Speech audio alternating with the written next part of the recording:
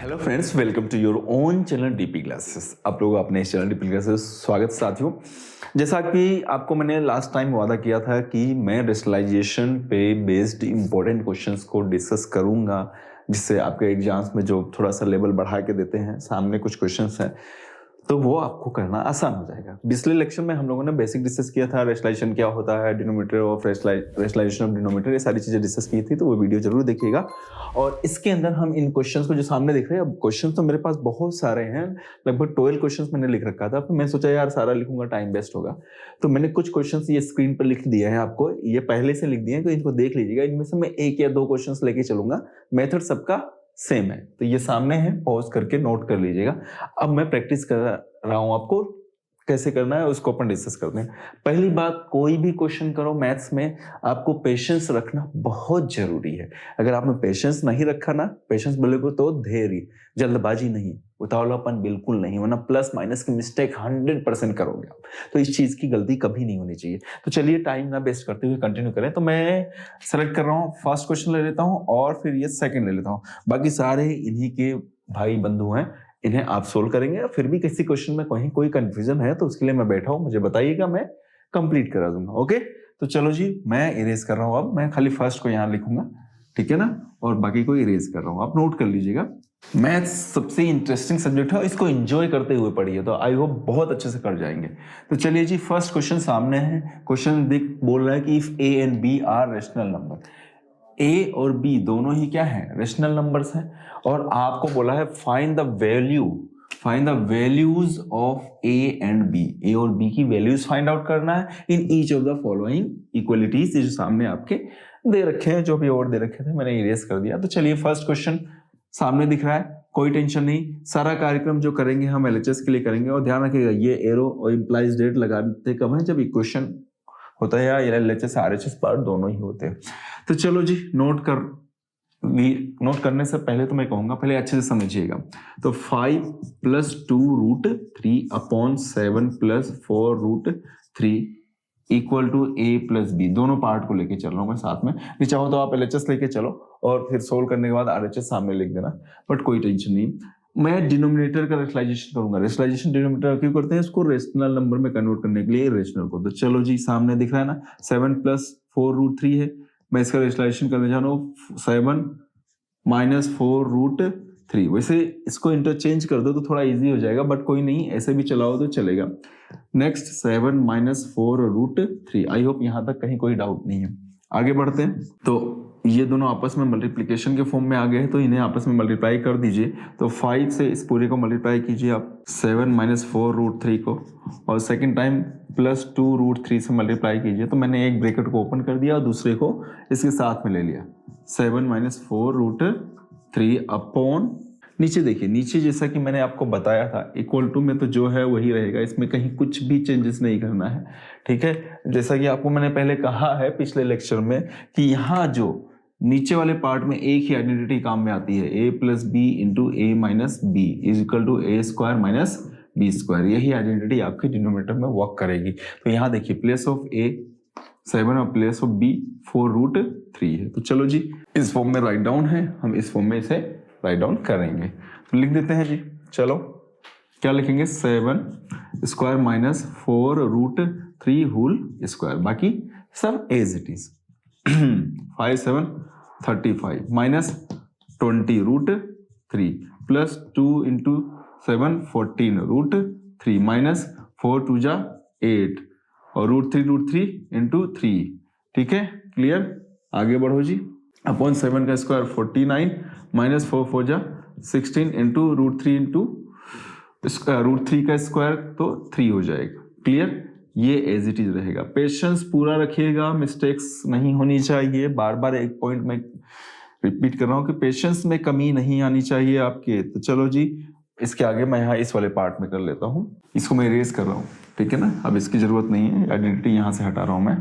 चलिए अब देखिए आप इस तरफ, तो क्या होगा वो देखिएगा।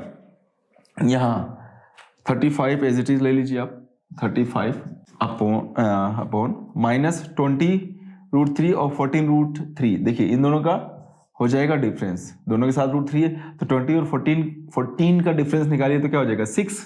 तो -6√3 यहाँ आ गया। अब यहाँ देखिए -8 × 3 24, ओके, 8×3 = 24 है। यहाँ देखिए जाइए 49 एज इट इज, -16 3 जा 48, ठीक है, क्लियर, कहीं कोई डाउट नहीं है। आगे बढ़ो, is equal to a + b√3। I hope यहाँ तक क्लियर है। अब लास्ट तक पहुंचने वाले हैं, ज्यादा टेंशन मत लीजिए, इन दोनों को लीजिए आप जिनके साथ रूट नहीं है। तो 35 और 24 डिफरेंस निकालिए, तो 5 - 4 1, 3 - 2 1, -6√3 अपॉन 49 - 48, तो 9 में से 8 गया 1 और 4 में से 4 गया 0, is equal to a + b√3। तो अब फाइनली क्या बच गया जी, 11 - 6√3 is equal to a + b√3। अब इसे कंपेयर कीजिए, क्या कंपैरिजन कीजिए आपके RHS और LHS पार्ट को। तो देखिए प्लेस ऑफ a जो है हमारा क्या हो गया 11, और b मतलब ये √3 से √3, ठीक है ना। अब इसके आगे कोफिशिएंट में b है, तो b क्या हो जाएगा आपका, ये पूरा कंप्लीट साइन के साथ में b इज इक्वल टू -6 आ गया, ठीक है। This is your required answer. तो आई होप समझ में आ गया होगा अच्छे से। तो मैंने कहा, जैसा कि आपसे कहा है कि फर्स्ट और सेकंड को लूंगा, तो ये फर्स्ट मैंने सोल्व किया बिल्कुल पेशेंसफुली, ए और बी की वैल्यू फाइंड आउट कर लिया। अब चलते हैं सेकंड क्वेश्चन को सोल्व करते हैं। भाई मैथ्स जो है ना, पेशेंस रखते जाइएगा, और मैथ्स सब्जेक्ट ऐसा है कि आप क्रिकेट मैच देख रहे हैं तो उस समय भी इसको कर सकते हैं। क्रिकेट मैच साथ में चल रहा है और मैथ्स की सॉल्यूशन भी चलती जाएगी, क्योंकि इसके अंदर कोई ऐसा नहीं कि आपको रखना है, पूरा कंसंट्रेशन चाहिए, क्वेश्चंस होता जाएगा, बट कॉन्सेप्ट्स क्लियर होने चाहिए, ये इंपॉर्टेंट पॉइंट है। So this is the question number second. क्या कह रहा है, 7 + √5 upon 7 - √5 minus 7 - √5 upon 7 + √5 is equal to a + 7√b। आगे लिख देता हूँ क्योंकि मुझे इसको एज ए कोफिशिएंट ट्रीट करे तो ज्यादा अच्छा है। b 7√5 देखने में अच्छा नहीं लग रहा है, चलो पीछे रखो, कोई इशू नहीं है, ठीक है। चलो जी, LHS पार्ट को सोल्व करना है, बट साथ में RHS लेके चलो तो कोई एतराज नहीं है।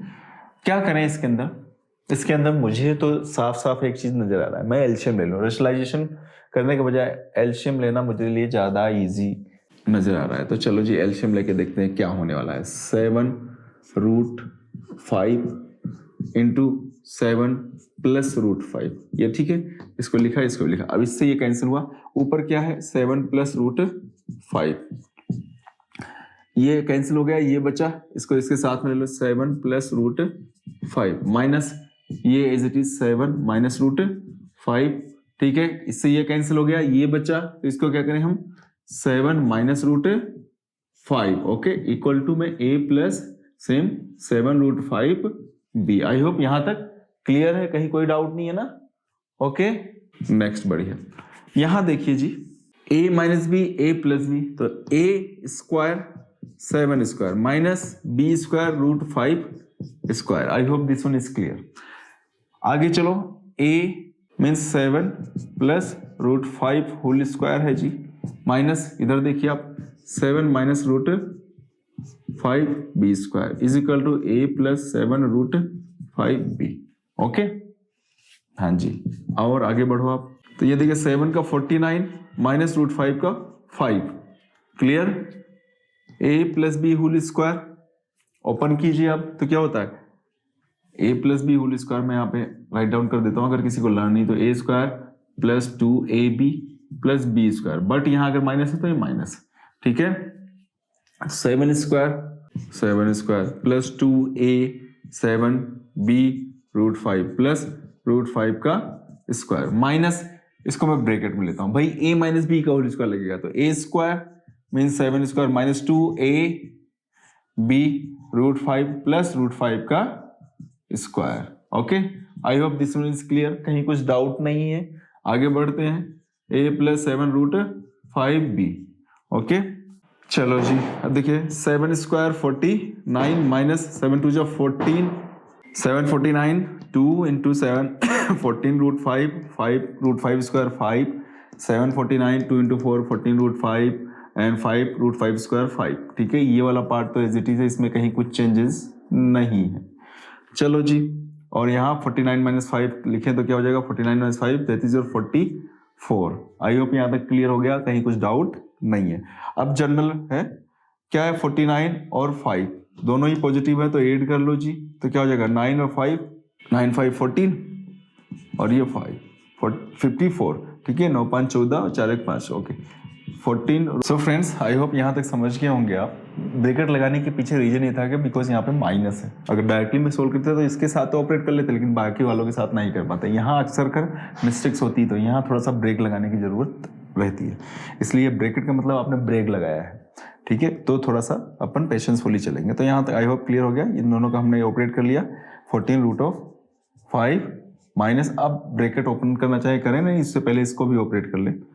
49 वैसे मेरे हिसाब से इसको अपन ऐड ना करके छोड़ दें, क्योंकि कैंसिल आउट होने वाला है, तो इतनी मेहनत क्यों करें हम।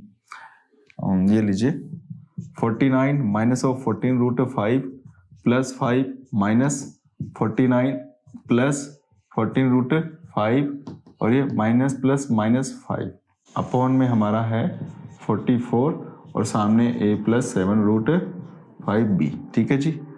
अब आगे देखें तो क्या होने वाला है वो चेक करते हैं हम। 5 से 5 उड़ गया, 49 से 49 उड़ गया, इससे ये उड़ गया। अरे तो कुछ बच ही नहीं रहा है भैया, कुछ मिस्टेक हो गई है काम से। ओहो, ये मिस्टेक हुई है। देखिए जल्दबाजी में गलतियां हमेशा होती है। प्लस है तो ये भी प्लस रहेगा, और यहाँ माइनस माइनस प्लस हुआ, तो ये कटने का तो सवाल ही पैदा नहीं होता जी, ठीक है। ये रहेगा, बाकी सारे उड़ गए तो कोई गलती नहीं है। और भी चेक कर लेते हैं, कहीं मिस्टेक है तो पता पड़ जाए। 5 प्लस ये प्लस, तो ये उड़ गया। अब बचा क्या है ये देख लीजिए आप। एक तो बचा हमारा 14 प्लस 14 28√5 अपॉन में है हमारा 44, और बाकी सब the end is equal to a plus 7√5b। चलो जी, 28 के मैं टुकड़े अगर करूं तो क्या बनेगा देखिए। 4 × 7√5 upon 44 is equal to a plus 7√5b। ये कट हो रहा है 11 टाइम्स।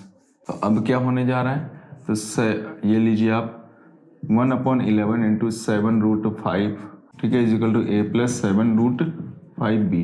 अब आप देखिए a तो है ही नहीं, a नहीं है तो a मेरा हो गया 0, और b के केस में 7√5 से कंपेरिजन करो तो यहाँ देखिए बचा क्या, b के प्लेस पे 1/11 बच गया, ठीक है। तो ये फाइनल आंसर हो जाएगा, ठीक है। आई होप अगर हमने कहीं मिस्टेक्स नहीं की है तो ये बिल्कुल सही है। a = 0, b = 1/11। बट पेशेंस रख के इसको सोल्व करना, आंसर अपने आप आएगा, कहीं कोई तकलीफ नहीं आएगी, बट पेशेंस बहुत जरूरी है। सो बाकी क्वेश्चंस की प्रैक्टिस कीजिए, और कहीं कुछ प्रॉब्लम्स आई है तो कमेंट्स करके जरूर बताइए।